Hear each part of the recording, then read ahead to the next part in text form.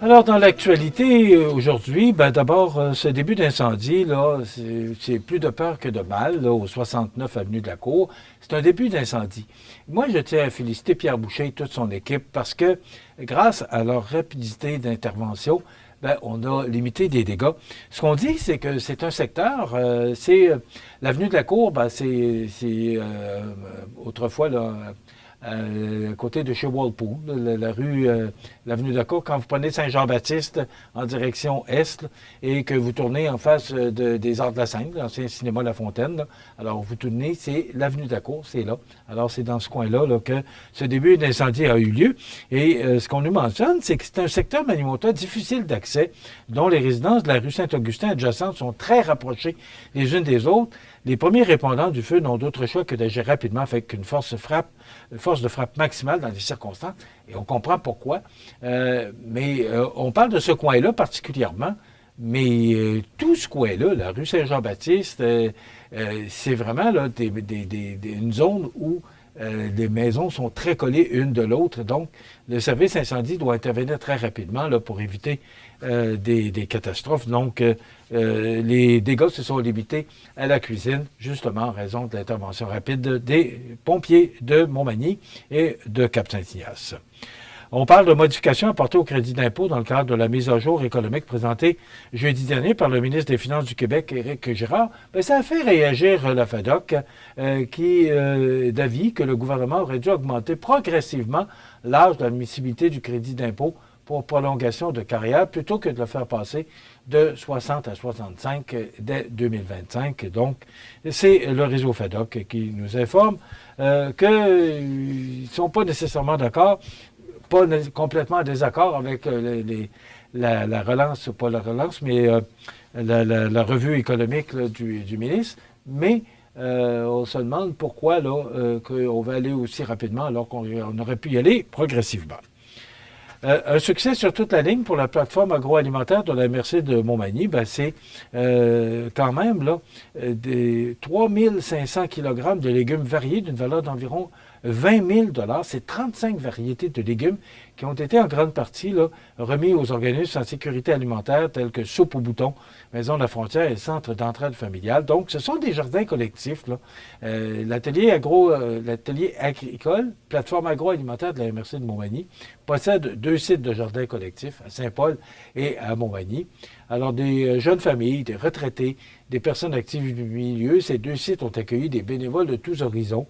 Les jardins collectifs sont avant tout un lieu de rencontre favorisant la cohésion sociale tout en offrant à la population des ateliers et des formations afin de développer des aptitudes et des compétences en culture maraîchère.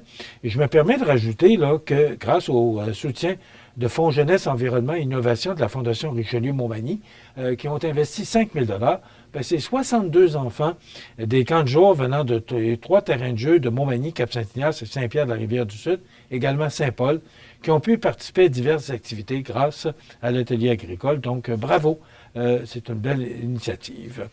On parle aussi de la Sûreté du Québec là, qui met en garde les citoyens d'un stratagème de fraude à lettre par courriel.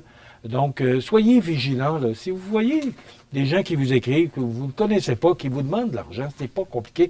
Que ce soit des gens qui appellent parce que les institutions financières ne vous appelleront pas pour vous demander votre numéro d'assurance sociale ou votre date de naissance. Ils vont vous demander de vous rendre à l'institution. Donc, sinon, vous ne répondez pas à ces courriels parce que ce sont des courriels qui peuvent être frauduleux. Soyez prudents parce qu'il y a tellement maintenant avec l'informatique, avec les ordinateurs, les tablettes, les téléphones cellulaires, là, il y a toutes sortes de moyens qui sont pris pour soutirer de l'argent des personnes, là, peu importe, il n'y a pas d'âge. Donc, il n'y a pas d'âge pour se faire prendre dans une fraude. Alors, soyez prudents. Bon, hier soir, j'écoutais les nouvelles. Et là, j'ai entendu que Donald Trump, le 47e président qui sera assermenté le 20 janvier prochain, a dit il a écrit sur un réseau social, là, les responsables des secteurs majeurs de l'économie canadienne n'ont pas tardé à témoigner de leur inquiétude devant l'intention de Donald Trump d'imposer une taxe douanière de 25 % dans la presse de ce matin. Si ça se concrétise réellement, c'est une onde de choc qui déferlera sur notre économie, réagit la vice-présidente et porte-parole des manufacturiers et exportateurs du Québec, Julie White. C'est dans la presse de ce matin, là. En 2022, le commerce total entre les deux pays s'élevait à 960 milliards de dollars sur une base douanière, constituant 63,4 % du commerce international au Canada.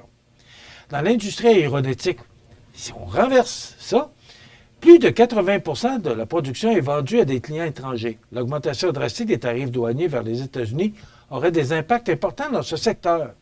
Là, il faut... Moi, j'ai vu M. Trudeau qui aurait appelé, là, je vais dire au conditionnel, qui aurait appelé M. Trump, là, « Hey, Donald, qu'est-ce qui se passe? » Et là, M. Legault qui a dit qu'il allait aider M. Trudeau là, dans ses interventions.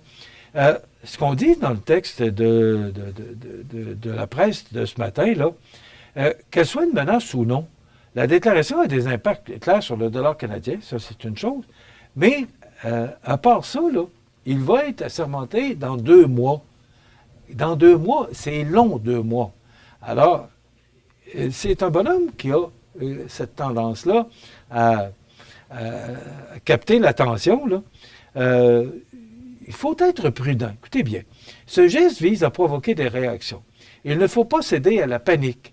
Il est bon de réagir, mais il ne faut pas précipiter les choses. Nous sommes à 2 mois de son retour au pouvoir. Nous savons qu'il aime faire des déclarations choc par l'entremise des réseaux sociaux, mais quand vient le temps de négocier, il peut être coriace, mais il reste raisonnable, affirme M. Volpe à la presse. Donc, M. Volpe, je vous dis exactement qui est ce monsieur. Bon, de toute façon, c'est cité dans le journal La Presse de ce matin. Et je trouvais ça intéressant parce que c'est mon avis de dire, bon, oui, il ne faut pas prendre à la légère ce que M. Trump fait, mais ça va être comme ça. Et pendant les prochaines 4 ans, ben, c'est comme ça, c'est sa façon de diriger.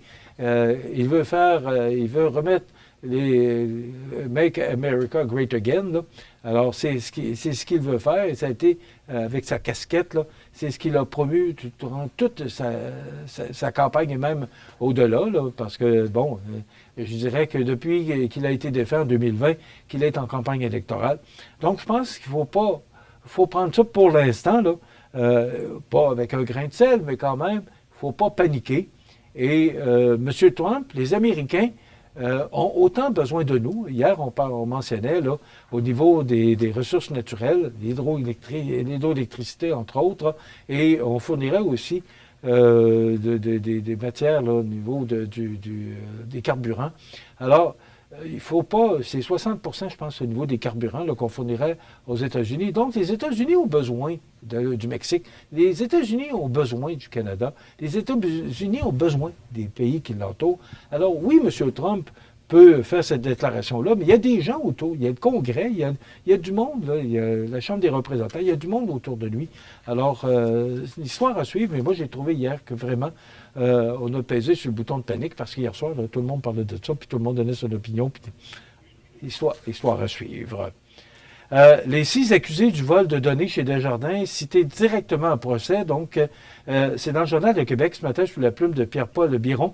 Les co-accusés dans le dossier de la méga fuite de données de Desjardins ont été cités directement à procès hier avec le dépôt d'un acte d'accusation privilégié, une procédure qui accélérera le dossier de 6 individus qui n'avaient toujours pas pris position sur la tenue ou non d'une enquête préliminaire. Donc, ça va probablement aller plus vite, ce procès-là. Alors, ça va être une histoire qu'on va suivre. Je termine là-dessus, les cégepiens ne veulent plus de sanctions alors que l'absentéisme est en hausse au cégep. Les étudiants réclament l'abandon de toutes les sanctions liées au retard et aux absences dans le régime collégial. Ben oui! Alors, demain, on reçoit M. François Diguet qui viendra nous parler concernant l'eau potable de lac Trois-Saumons. Et il y aura la chronique culturelle des arts de la Seine. Ça complète notre émission de ce mardi 26 novembre. À demain.